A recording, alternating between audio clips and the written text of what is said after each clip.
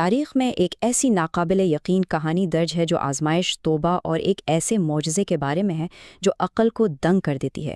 ایک نبی جو ایک بہت بڑی مچھلی کے پیٹ کی گہرائیوں میں قید ہو گیا۔ یہ ایک ایسا سوال ہے جو اس پوری کہانی کا مرکز ہے۔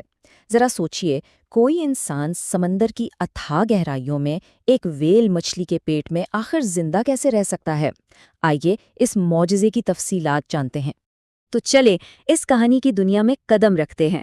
ہمارا سفر قدیم اور عظیم شہر نینوا سے شروع ہوتا ہے، یعنی آج سے تقریباً 3000 سال پہلے، 800 قبل مسیح میں۔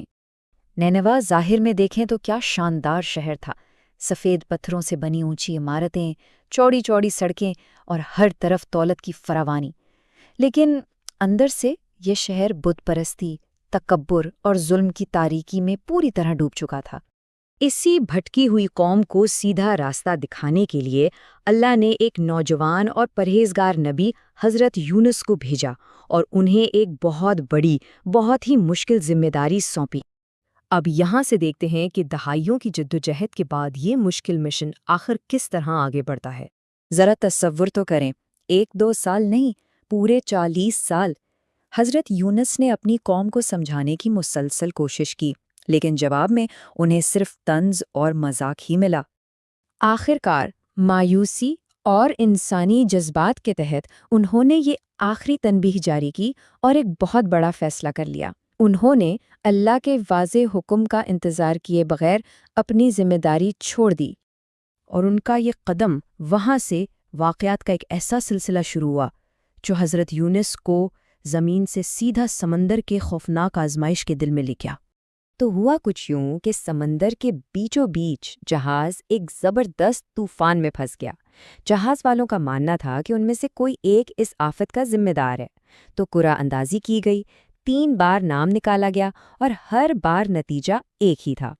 انہوں نے حضرت یونس کو بپھرے ہوئے سمندر میں پھینک دیا، مگر قدرت کو کچھ اور ہی منظور تھا۔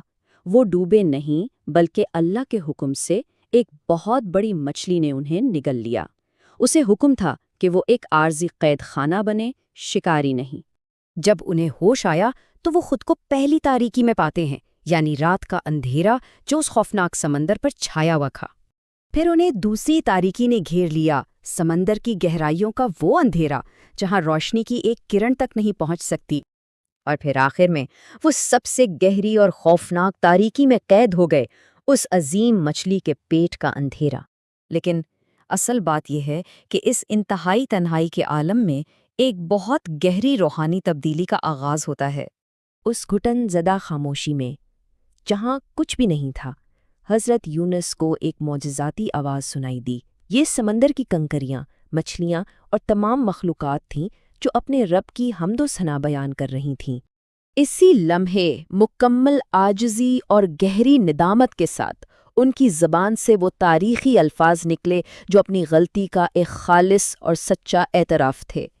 یہ دعا اتنی سچی اور دل سے تھی کہ اس نے اندھیروں کو چیر دیا اور سیدھا آسمانوں تک پہنچ گئی، جہاں فرشتوں نے اللہ کے اس نیک بندے کی آواز فوراً پہچان لی۔ اور ان کے توبہ قبول ہونے کے ساتھ ہی کہانی ایک اور حیران انگیز موڑ لیتی ہے جو ہمیں دکھاتی ہے کہ اللہ کی رحمت کتنی وسیع ہے۔ اللہ کے حکم سے مچھلی نے انہیں بالکل حفاظت سے ایک ویران ساحل پر اگل گیا۔ وہاں ان کے لیے ایک کدو کا درخت اگایا گیا، جس کے سائے اور پھل سے وہ معجزاتی طور پر صحت یاب ہو گئے۔ جب انہیں واپس اپنی قوم کے پاس جانے کا حکم ملا تو وہ شاید یہی سوچ رہے تھے کہ شہر تباہ ہو چکا ہوگا، لیکن وہاں کا منظر تو بالکل ہی الگ تھا۔ عذاب کے آثار دیکھ کر ان کی پوری قوم سچے دل سے توبہ کر چکی تھی اور ان کی توبہ قبول بھی ہو گئی تھی۔ اچھا، اب جو اصل دلچسپ بات ہے وہ یہ ہے کہ اس قدیم کہانی سے ہمیں آج کے دور کے لیے کیا واضح اور طاقتور سبق ملتے ہیں۔ یہ کہانی ہمیں 3 بہت گہری اور لازوال باتیں سکھاتی ہے۔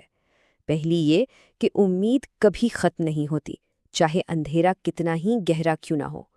دوسری یہ کہ سچی توبہ تقدیر بدلنے کی طاقت رکھتی ہے۔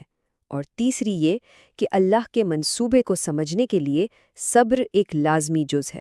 حیرت کی بات یہ ہے کہ اس واقعے کی گونج ہزاروں سال بعد بھی سنائی دیتی ہے۔ ایک بہت ہی دلچسپ ملاقات میں جب حضرت محمد صلی اللہ علیہ وسلم کی ملاقات طائف میں ننوا سے تعلق رکھنے والے ایک غلام عداس سے ہوئی تو انہوں نے حضرت یونس کو میرا بھائی کہہ کر پکارا۔ اس ایک جملے نے انبیاء کے اس عظیم سلسلے کو جوڑ دیا اور صدیوں کا فاصلہ مٹا دیا۔ تو بقا اور معافی کی یہ عظیم داستان ہمیں ایک آخری بہت گہرے سوال کے ساتھ چھوڑ جاتی ہے جو آپ اس سلائیڈ پر بھی دیکھ سکتے ہیں۔